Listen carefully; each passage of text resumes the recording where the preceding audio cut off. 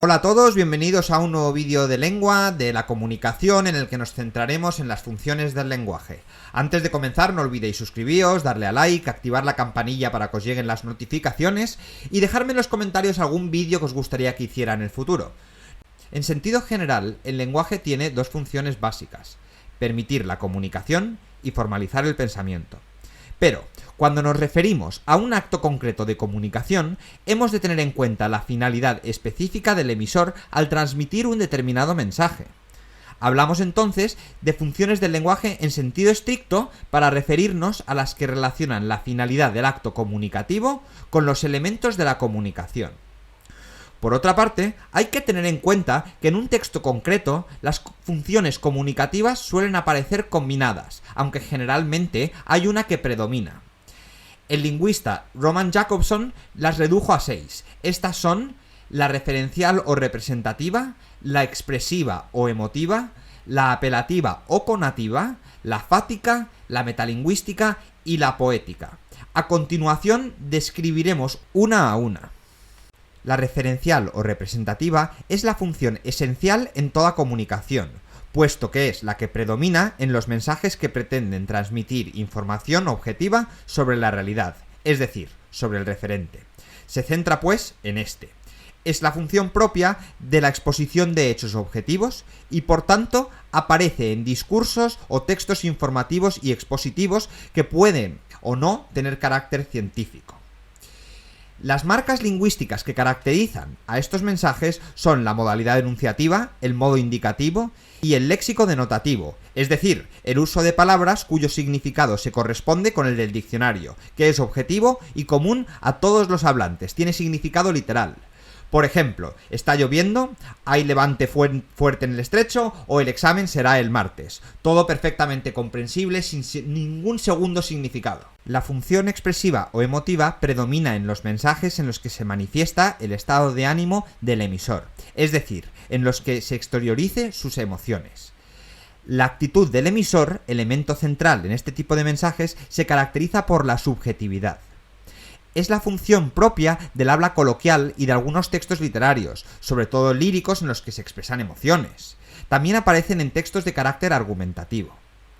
Las marcas lingüísticas que caracterizan a estos mensajes son la abundación de interjecciones y de oraciones exclamativas, el uso de prefijos y sufijos intensificadores, la presencia de adjetivos y adverbios valorativos, el uso frecuente del modo subjuntivo y un léxico cargado de significados connotativos, es decir, significados subjetivos que los hablantes asocian a las palabras. Por ejemplo, ese hombre es un oso, o ojalá que el examen sea el martes, o pero eso es fantástico.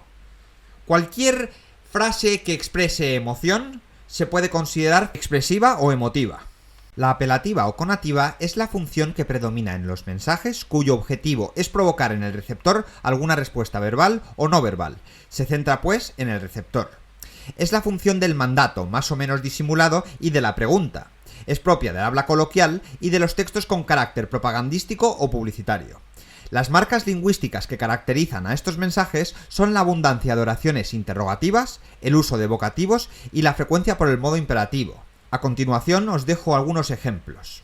La función fática predomina en los mensajes en los que el emisor trata de establecer, mantener o interrumpir la comunicación. Se centra, pues, en el canal y también se llama función de contacto.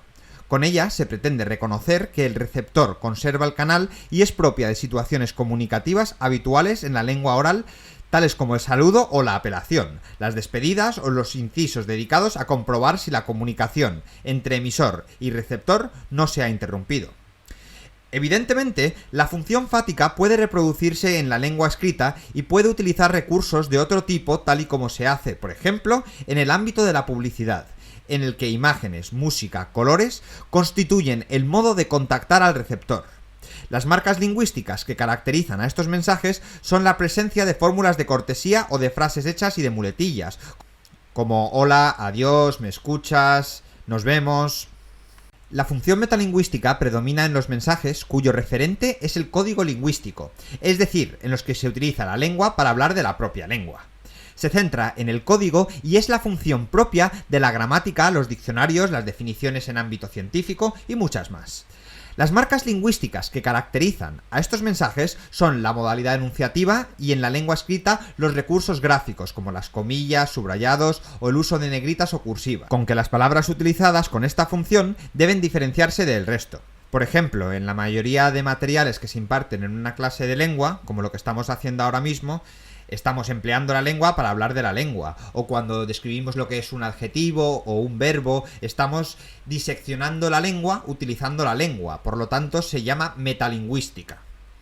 La función poética predomina cuando el emisor pretende atraer la atención sobre la forma del mensaje. Se centra, pues, en el mensaje. Es la función propia de los textos con intención estética o humorística, en lo que es fundamental llamar la atención sobre la forma en la que está construido el mensaje y por tanto aparece en el discurso literario, en el publicitario y también en el coloquial. Las marcas lingüísticas que caracterizan a estos mensajes son el léxico connotativo, la presencia de figuras retóricas o estilísticas, de juegos de palabras o de rimas. A continuación os dejo el esquema de estos dos temas de comunicación. Está todo mucho más simplificado, pero me gustaría que lo utilizarais como un marco teórico o marco elemental de lo que hemos aprendido. Bueno, espero que os haya gustado el vídeo, que todo haya quedado claro. Si no es el caso, por favor, dejármelo en los comentarios y también algún vídeo que os gustaría que hiciera en el futuro. No olvidéis darle a like, suscribíos, activar la campanilla para que os lleguen las notificaciones y nos vemos en el próximo vídeo, muy pronto, seguro.